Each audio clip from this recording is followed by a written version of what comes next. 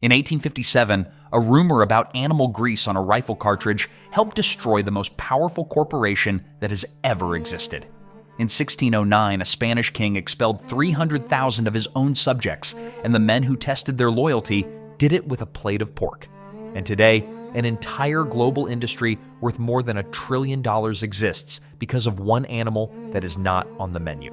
The sausage never did any of this, but what people believed was inside the sausage did. However, the story you have been told about why pork is forbidden in Islam, the one about disease and dirty animals and undercooked meat, is almost entirely wrong. And the real answer is far stranger. If you like history that actually explains how the world ended up the way it is, subscribe. It costs you nothing. It takes 2 seconds, and it tells the algorithm to send you more of this instead of whatever else it was about to send you. Now, back to the pig. Let's deal with the title first, because the title is a lie, and I want you to know that going in. Islam does not hate sausage. Islam does not hate anything, in the way we casually use that word. What the Quran does is name a boundary, and it names it in the vocabulary of law, not the vocabulary of emotion. 4 things are forbidden. Carrion, meaning any animal that died on its own. Flowing blood, the flesh of swine, and anything slaughtered in the name of something other than God. That is the entire list. And here is the part almost nobody mentions. That list appears 4 separate times in 4 different chapters, and it is essentially identical every time. Chapter 2, verse 173, Chapter 5, verse 3, Chapter 6, verse 145, Chapter 16, verse 115. When a text says the same thing 4 times, it is not making a suggestion. But there is something else in those verses, and it is the part that gets ignored by everyone who wants this to sound harsh. Every one of those 4 passages ends with an exception. Whoever is driven by necessity, without desiring it and without going beyond what he needs, commits no sin. God is forgiving. God is merciful. Starving in a desert with nothing but a dead pig in front of you? Eat. Eat, and it is not held against you. So this is not hatred. It is a wall with a door built into it. And that door matters because we are going to walk through it again later in an operating theater in the 21st century with a pig valve in a human heart. But a wall that stands for 1,400 years stops being just a wall. It becomes a border, and borders make people. Now here's the thing that surprises people who assume this rule arrived with the Prophet Muhammad in the 7th century. It did not.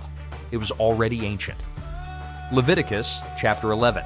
The pig has a split hoof, but it does not chew the cud, so it is unclean. Deuteronomy repeats it. Jewish law had drawn this exact line at this exact animal roughly 2,000 years before Islam existed, and the Quran's dietary rules sit deliberately in that same lineage. And it goes back further than the Hebrew Bible. Herodotus, writing in the 5th century before Christ, described Egyptian swineherds as a caste apart. In his account, they could not enter a temple, and no other Egyptian would give them a daughter in marriage, so they married only among themselves. An entire profession, walled off from society because of the animal they kept, and the archaeology of it is genuinely eerie. Dig into Bronze Age settlements across the southern Levant, and you find pig bones. Not everywhere, not in huge quantities, but they are there. People were eating pork. Then you move into the Iron Age, into the highland villages that scholars associate with early Israelite settlement, and the pig bones nearly vanish. Meanwhile, down on the coast in the Philistine cities, archaeologists are pulling up pig bones in real numbers. Same era, same region, 2 populations living within a few days' walk of each other, and one of them has stopped. Archaeologists, if the rule were about parasites, it would have been about parasites. Instead, it sits on exactly one animal, and the animals with comparable risks walk away untouched. Here's the part that should have ended this argument decades ago. If the reason was disease, the reason expired. We have refrigeration, meat inspection, thermometers, and food safety agencies. If the rule were a health measure, it would have quietly retired around 1950. It did not retire. It did not weaken. In some places, it hardened, which tells you more clearly than any argument I can make that health was never the load-bearing wall. The health explanation is a retrofit, a story we tell after the fact, not the reason the fact exists. So if it wasn't disease, what was it? Here's where the money enters the story. In the 1970s, the anthropologist Marvin Harris made an argument that infuriated a lot of people and has never quite gone away. His claim was that the pig taboo is not spiritual at all. It is economic, in a very brutal way. Think about what an animal is actually for in a pre-modern economy. It is not a pet. It is a machine for converting things you cannot eat into things you can. A cow eats grass, which you cannot, and hands you milk, calves, meat, traction, and dung for fuel. A sheep eats scrub and thorns and gives you wool, milk, meat, and a hide. A goat eats things that would kill other animals and produces milk anyway. A camel crosses a desert with your entire household on its back. Every one of those animals takes worthless input and returns valuable output. They are, in the most literal sense, an investment that pays a dividend. Now look at the pig. The pig cannot digest cellulose, so it cannot turn grass into anything. Its digestive system is uncomfortably close to ours, which means it wants what we want: grain, roots, nuts, leftovers. Food a human being could have eaten. It gives no milk you would drink and no wool. It cannot pull a plow, carry a load, or be herded across distance because it does not travel well and it overheats. And that last point is the killer. A pig has almost no functional sweat glands, so it cools itself by lying in water or mud or shade. In the woodlands of northern Europe, with oaks and beeches and acorns and cool damp streams, a pig is a magnificent animal, fattening itself on things nobody else wants. Take that same pig and put it in the Arabian Peninsula, or the Sinai, or the dry highlands of the Levant, where the forests were already being stripped by the Bronze Age. Now it needs shade you do not have, water you cannot spare, and grain you are going to eat yourself. The pig has stopped being an investment. The pig has become a competitor. So Harris's argument runs like this, and I almost never hear it because it does not satisfy the modern craving for a mechanism. In Islamic legal thought, there is a category of rulings sometimes called taboo, roughly devotional. Commands followed because they were given, not because we have worked out the reason behind them. And the argument goes further than we don't know why. It says the absence of an obvious reason is the entire point. If the rule had a plain, checkable justification, then obeying it would prove nothing about you. You would just be a person avoiding parasites. Anyone would do that. The cost is what makes it mean something. The fact that you cannot fully explain it is what makes following it an act of trust rather than an act of calculation. Whether you find that compelling or infuriating probably says more about you than about the rule. But you cannot understand why this boundary is still standing without understanding that for a very large number of people, the missing explanation was never a bug. Now watch what happens when that boundary collides with power. Granada falls. The last Muslim kingdom in Iberia is finished, and in the same year, the Alhambra decree gives Spain's Jews a choice: convert or leave. Many converted, and Spain immediately ran into a problem that would define its next century. How do you police a belief? You cannot see inside a man's head. The state had just manufactured, by royal decree, an enormous population of official Christians whose sincerity nobody trusted, and no way to tell the real ones from the pretending ones. So it watched their kitchens. The inquisitorial machine that grew up over the following century ran, to a remarkable degree, on food. Denunciation records are full of it. Who changed their linen on Friday? Who refused wine? And again, who would not eat pork? A refused plate of sausage in front of the wrong witness could put a family before a tribunal. And when the Moriscos, the descendants of Muslim converts, fell under the same suspicion, the same test was turned on them. Food historians have long argued that this is one reason pork became so aggressively visible in Spanish culture. Not just eaten, but displayed. Whole cured hams hanging in the open at eye level where anyone walking into a bar can see them. Chorizo, morcilla, jamin, a cuisine that put the forbidden animal front and center in the country most anxious about who was secretly still praying to somebody else. That origin story is debated and probably too tidy, but the association is real, and it lasted. And then Spain took the logic all the way to the end. Between 1609 and 1614, King Philip III expelled the Moriscos. Not the suspects, not the convicted, all of them. Somewhere around 300,000 people driven out of the country their families had lived in for centuries. Now, watch what happened to the economy. The Moriscos were concentrated in Valencia and Aragon, and they were not marginal there. They were the agricultural backbone. They worked the irrigated huertas, the intricate water systems inherited from centuries of Muslim engineering. They grew rice and sugar. They worked in silk. In parts of Valencia, they made up close to a third of the population. They were also tenants, and their rents were the income stream of the Valencian nobility. So when the ships pulled away, the rents stopped.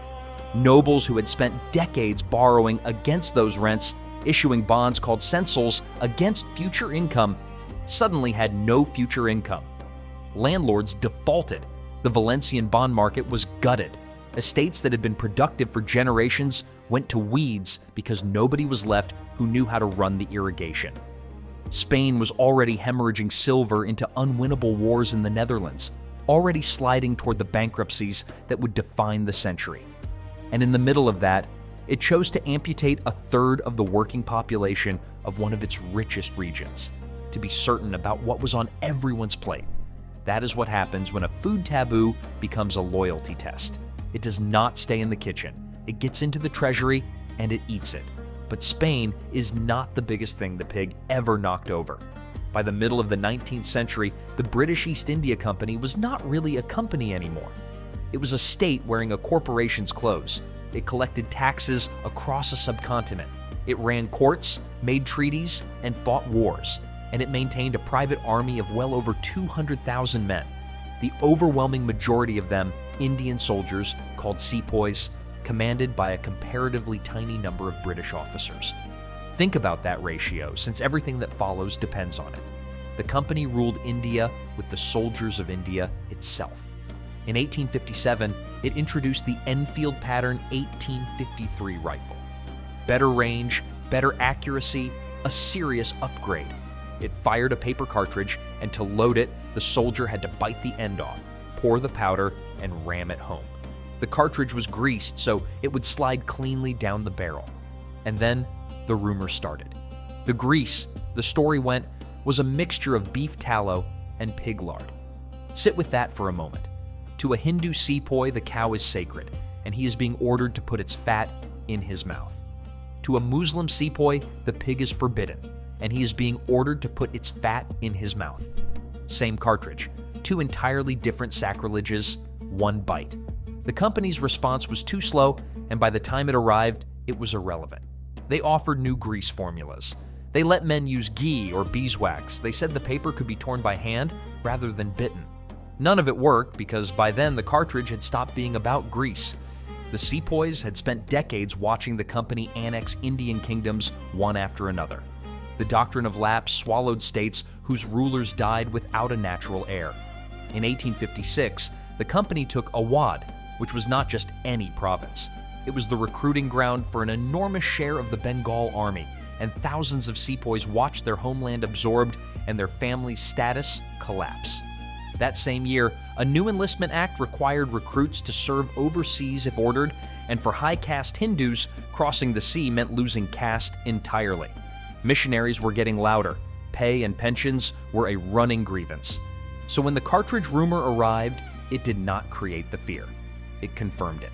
Here was proof in the hand, greasy and physical, that the company intended to strip them of their faith and their standing and make them into something else.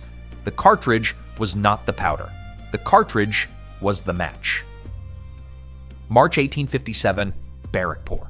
A sepoy named Mangjal Pandey attacked his officers and called on his comrades to rise. They did not that day. He was hanged on the 8th of April. May 1857, Meerut. 85 cavalrymen refused to touch the new cartridges. They were court-martialed, sentenced to 10 years hard labor, stripped of their uniforms, and marched in irons in front of the entire garrison, which was made to stand and watch. That was the last mistake. The next day, the garrison rose. Officers were killed. The rebels rode for Delhi and proclaimed the aging Mughal emperor Bahadur Shah Zafar the ruler of India again, dragging a man in his 80s out of retirement and into the center of a war. What followed was a year of catastrophic violence. Sieges at Delhi, Kanpur, and Lucknow, massacres of civilians, reprisals so savage they horrified London, villages burned, men blown from the mouths of cannon. Britain won the war, and the East India Company lost everything. In 1858, Parliament passed the Government of India Act. The company's rule was abolished. Its armies, its territories, its administration, all of it transferred to the crown. The most powerful corporation in human history, which had ruled a subcontinent for a century and paid dividends to London shareholders out of the taxes of Bengal, was stripped of its empire and eventually wound up entirely. Historians argue correctly and endlessly about how much weight the cartridge really carries in that story. Land revenue, annexation, pay, and religious anxiety were all loaded and waiting. But the fact that a rumor about pig fat could be the thing that lit it, that it could be the specific insult that made 200,000 armed men decide they were finished, tells you exactly how much power this animal had. The largest corporation on Earth was destroyed in part by a rumor about lard, which brings us to now and to money. Halal is not a niche. Estimates vary wildly depending on who is counting, but every serious attempt to measure Muslim food and beverage spending lands in the trillions of dollars a year, and the certified halal sector alone is routinely valued above $1 trillion, which means certification is power. Bodies like JAKIM in Malaysia and MUI in Indonesia, along with the Gulf Standards authorities, hold a kind of leverage most people have never thought about. A single certification decision can open a market of hundreds of millions of consumers or close it. Multinationals restructure factories over this. They separate production lines and audit suppliers 3 tiers deep. Brazil rebuilt whole slaughterhouse operations around Islamic slaughter rules and became one of the largest halal chicken exporters on Earth. Denmark, a country with more pigs than people, has spent decades navigating the fact that its most valuable farm export is unsellable to a huge share of the world. And this is where the rule gets genuinely difficult, because in an industrial food system, the pig does not stay in the pork aisle.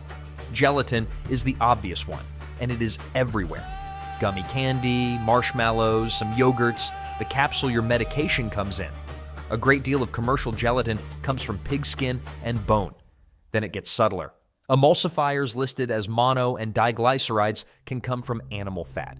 Some enzymes, some rennet, some glycerin. And here's the one almost nobody thinks about, which is darkly perfect given our title. The traditional casing of a sausage, the skin holding the whole thing together, is intestine. Very often pig intestine. Even a beef sausage can be stuffed into a pork casing, and unless somebody tells you, you would never know. This is why hidden pork stories become national scandals in Muslim-majority countries in a way outsiders find baffling. In 2001, Indonesia's food industry was thrown into crisis when it emerged that a pork-derived enzyme had been used in a production process at a major seasoning manufacturer. Products were pulled from shelves, certification was revoked, executives were arrested. The company's president issued a public apology. From outside, that looks like an overreaction to a trace ingredient in a catalyst, but it misreads what the rule actually is. This was never about flavor or preference. It is about a boundary crossed without consent. The Balkans, Indonesia, the Gulf. Beef frankfurters, chicken sausages, spiced lamb links cooked over charcoal on a Friday. Sausage is thriving because a sausage was never an animal in the first place. The word comes from the Latin for salted, and it describes a technique. You grind meat, season it, push it into a casing, and cure it or cook it. A method, not a species. The boundary was never about the food. It was about the pig. And the pig has been doing this job for 3,000 years. It sorted Israelites from Philistines in the Iron Age. It sorted Egyptian priests from swineherds. It told a Spanish inquisitor which of his neighbors were lying about their faith, and Spain paid for that certainty with the ruin of Valencia. It told 200,000 sepoys that the men who ruled them held their souls in contempt, and the largest corporation in history did not survive the answer. And today, it quietly reorganizes global supply chains, moves poultry across oceans, and decides which factory in Brazil gets to feed Riyadh. That is not hatred. Hatred is small and loud, and it burns out. This is something much more durable. It is a line drawn before anyone alive can remember why, and honored so completely for so long by so many that empires have broken themselves against it. So the next time somebody tells you Muslims avoid pork because pigs are dirty, you will know how thin that answer really is. Disease does not explain it, economics only partly explains it, and a rule that has outlasted the Roman Empire, the Mughals, the British Raj, and the East India Company is not a food safety tip. If you want the other half of this story, the one where a single sacred cow does even more damage than the pig ever managed, that video is waiting for you right now.